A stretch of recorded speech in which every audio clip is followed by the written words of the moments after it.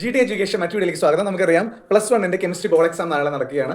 അപ്പോൾ വളരെ പെട്ടെന്നുള്ള വളരെ ഷോർട്ട് വീഡിയോ ആണ്. നിങ്ങൾക്ക് നല്ല മാർക്ക് സ്കോർ ചെയ്യാനുള്ള കുറച്ച് ടെക്നിക്കാണ് പറയുന്നത്. അതിന്റെ വെയിറ്റേജ് പറയുന്നതിൽ വളരെ ഇമ്പോർട്ടന്റ് ആയിട്ടുള്ള കുറച്ച് ക്വസ്റ്റൻസ് ആണ് പറയുന്നത്. അപ്പോൾ ഈ വീഡിയോ എന്തായാലും നിങ്ങൾക്ക് ഉപകാരപ്രദമായിരിക്കും. ആദ്യമായിട്ട് കാണുന്ന ചാനൽ തീർച്ചയായും സബ്സ്ക്രൈബ് ചെയ്യുക, മറ്റുള്ളവർക്ക് ഷെയർ ചെയ്യുക. നമുക്ക് വീഡിയോയിലേക്ക് പോകാം. അപ്പോൾ നമ്മുടെ നാളെ നടക്കുന്ന കെമിസ്ട്രി എക്സാമിനേഷനുള്ള ചാപ്റ്റേഴ്സിന്റെ വെയിറ്റേജ് ആണ്.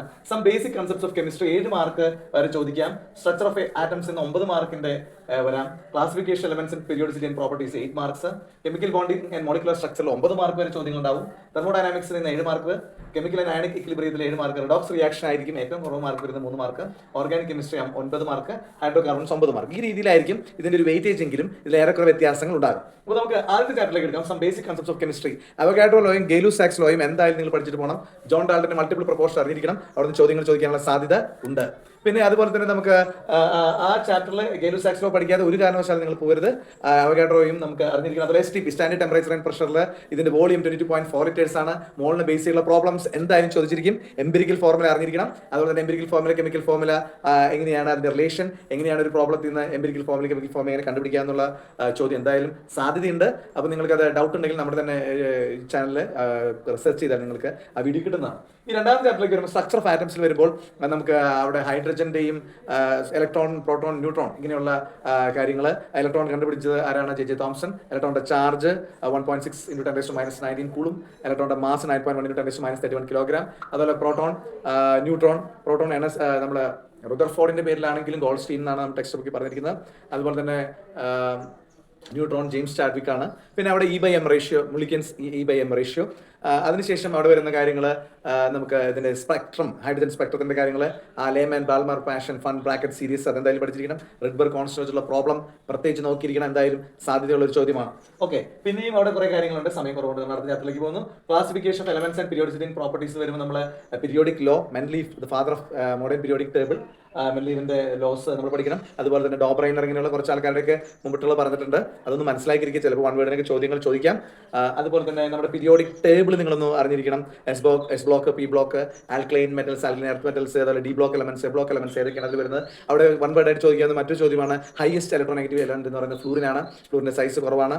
ഗ്രൂപ്പിൽ മുകളിൽ താഴേക്ക് പോകുന്നതോറും ആറ്റത്തിന്റെ സൈസ് കൂടുന്നു. അതിന്റെ ഇലക്ട്രോനെഗറ്റിവിറ്റിയുടെ കാര്യങ്ങൾ. അതുപോലെ അയണൈസേഷൻ എനർജി, ലാറ്റിസ് എൻതാൽപ്പി എന്തായാലും ചോദ്യങ്ങൾ വരാവുന്ന ഒരു മേഖലയാണ് അയണൈസേഷൻ എനർജി, ലാറ്റിസ് എൻതാൽപ്പി എന്നുള്ളത്. അപ്പോൾ അയണൈസേഷൻ എനർജി എന്താ നിങ്ങൾക്കറിയാം. ഞാൻ കൂടുതൽ എക്സ്പ്ലെയിൻ ചെയ്യാനായിട്ട് പോകുന്നില്ല.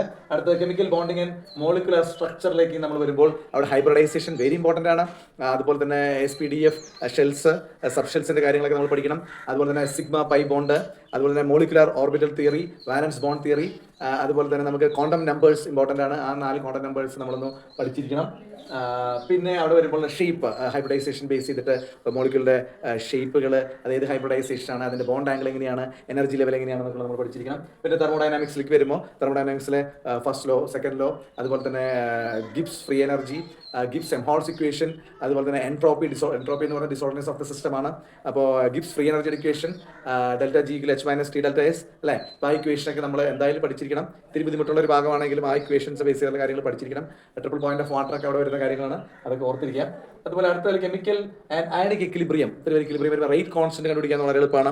Forward reaction, backward reaction, rate constant ഒരു ഇക്വേഷൻ റേറ്റ് കോൺസ്റ്റന്റ് കണ്ടുപിടിക്കുക എന്നുള്ളത് മനസ്സിലാക്കിയിരിക്കണം. അതുപോലെ തന്നെ റിയാക്ഷൻ സ്പീഡിനെ ഇൻഫ്ലുവൻസ് ചെയ്യുന്ന ഫാക്ടേഴ്സ് എന്തൊക്കെയാണ് കെമിക്കൽ കൈനറ്റിക്സിൽ. അതുപോലെ തന്നെ നമ്മുടെ കാറ്റലിസ്റ്റ്, അതുപോലെ തന്നെ നമുക്ക് വനേഡിയം പെന്റോക്സൈഡ് ഒരു കാറ്റലിസ്റ്റ് ആണ്. അപ്പോൾ ആ റിയാക്ഷൻ ഇതിലാണെന്നൊക്കെ നമ്മൾ അറിഞ്ഞിരിക്കണം. കോൺടാക്ട് പ്രോസസ് ഉപയോഗിക്കുന്ന കാറ്റലിസ്റ്റ് ഏതാണ്, ഇതൊക്കെ നമ്മൾ അറിഞ്ഞിരിക്കണം. ആ ഭാഗത്തിൽ കാറ്റലിസ്റ്റ് കൃത്യമായിട്ട് അത് പഠിക്കണം. പോസിറ്റീവ് കാറ്റലിസ്റ്റ് ഉണ്ട്, നെഗറ്റീവ് കാറ്റലിസ്റ്റ് ഉണ്ട്, അങ്ങനെ കുറച്ച് കാര്യങ്ങൾ അവിടെയുണ്ട്. അതിന് റിഡോക്സ് റിയാക്ഷൻ വരുമ്പോൾ ഓക്സിഡേഷൻ നമ്പർ എന്താണ്, റിഡക്ഷൻ നമ്പർ എന്താണ്, ഓക്സിഡൈസിങ് ഏജന്റ് എന്താണ്, റെഡ്യൂസിങ് ഏജന്റ് എന്താണ്. അതുപോലെ തന്നെ നമ്മുടെ അതിൻ്റെ ഒരു ഓക്സിഡേഷൻ റിഡക്ഷനും ബേസ് ചെയ്തിട്ട് നമ്മൾ റിഡോക്സ് റിയാക്ഷൻ എങ്ങനെ എഴുതാമെന്നുള്ളത് പഠിക്കണം. തീർച്ചയായിട്ടും പഠിക്കേണ്ട ഒരു ചോദ്യം അവിടെ വരും. പിന്നെ ഓർഗാനിക് കെമിസ്ട്രി വരുമ്പോൾ ആൽക്കെയിൻ, ആൽക്കീൻ, ആൽക്കൈൻ ആ ഒരു സ്ട്രക്ചർ ഹോമോലോഗസ് സീരീസ് എന്താണ്. അതുപോലെ തന്നെ ഹൈഡ്രോ കാർബണിൻ്റെ catenation, self linking property of കാർബണിനാണ് കാറ്റനേഷൻ എന്ന് പറയുന്നത്. അപ്പോൾ അങ്ങനെയാണ് കാർബണിൻ്റെ കോമ്പൗണ്ട്സ് ഒക്കെ ഉണ്ടായിട്ടുള്ളത് നമുക്കറിയാം. അവിടെ കാറ്റനേഷൻ കഴിഞ്ഞിട്ട് ഈ പറഞ്ഞ ആൽക്കെയിൻ, ആൽക്കീൻ എങ്ങനെ കെമിക്കൽ ഫോമിൽ എഴുതാം, എങ്ങനെ മോളിക്കുലറിൻ്റെ നെയിം, നമുക്ക് സ്ട്രക്ചർ എന്നിട്ട് നെയിം ചോദിക്കും. ഡബിൾ ബോണ്ടുള്ളതും ട്രിപ്പിൾ ബോണ്ടുള്ളതും സിംഗിൾ ബോണ്ടുള്ളതൊക്കെ എങ്ങനെ എഴുതാം, വളരെ സിമ്പിളാണ്. അതുപോലെ തന്നെ സാച്ചുറേറ്റഡ്, അൺസാച്ചുറേറ്റഡ് ഹൈഡ്രോ കാർബൺസ് ആ ഭാഗം നിങ്ങൾ പ്രത്യേകം ശ്രദ്ധിക്കണം. പിന്നെ അതിനുശേഷം വരുന്ന റിയാക്ഷൻസ്, ഹൈഡ്രോ കാർബണിൻ്റെ റിയാക്ഷൻസ് ഒന്നും പേരുള്ള റിയാക്ഷൻസ് ഒക്കെ കൃത്യമായിട്ട് പഠിച്ചു വയ്ക്കണം. പിന്നെ അടുത്ത ചാപ്റ്ററിലേക്ക് വരുമ്പോൾ അവിടെ ഹൈഡ്രോ കാർബൺസിലേക്ക് വരുമ്പോൾ നമ്മളവിടെ ഫങ്ഷണൽ ഗ്രൂപ്പ്സ് കാര്യങ്ങളൊക്കെ, ആൽക്കഹോള്, അതുപോലെ തന്നെ കീറ്റോൺ, അങ്ങനെയുള്ള ഫങ്ഷണൽ ഗ്രൂപ്പ്സ് പഠിക്കണം. പിന്നെ വേറൊരു കാര്യം, ഏത് ഹൈഡ്രോ കാർബൺ ആയാലും അതിനെ കമ്പഷൻ അതിന് നടന്നാലുണ്ടാവുന്നത് കാർബൺ ഡൈ ഓക്സൈഡും വാട്ടറുമായിരിക്കും. അതിന് വാട്ടർ ഗ്യാസ് എന്ന് പറയുന്നത്. പിന്നെ ആൽക്കഹോളിൻ്റെ കാര്യങ്ങൾ, അതിൻ്റെ സിവിയറിറ്റി കാര്യങ്ങളൊക്കെ നമ്മളൊന്ന് പഠിക്കണം. അപ്പോൾ ഓവറോൾ ഇത്രയും കാര്യങ്ങളാണ് നമുക്ക് പെട്ടെന്ന് ഒന്ന് പറയാൻ പറ്റുന്നത്.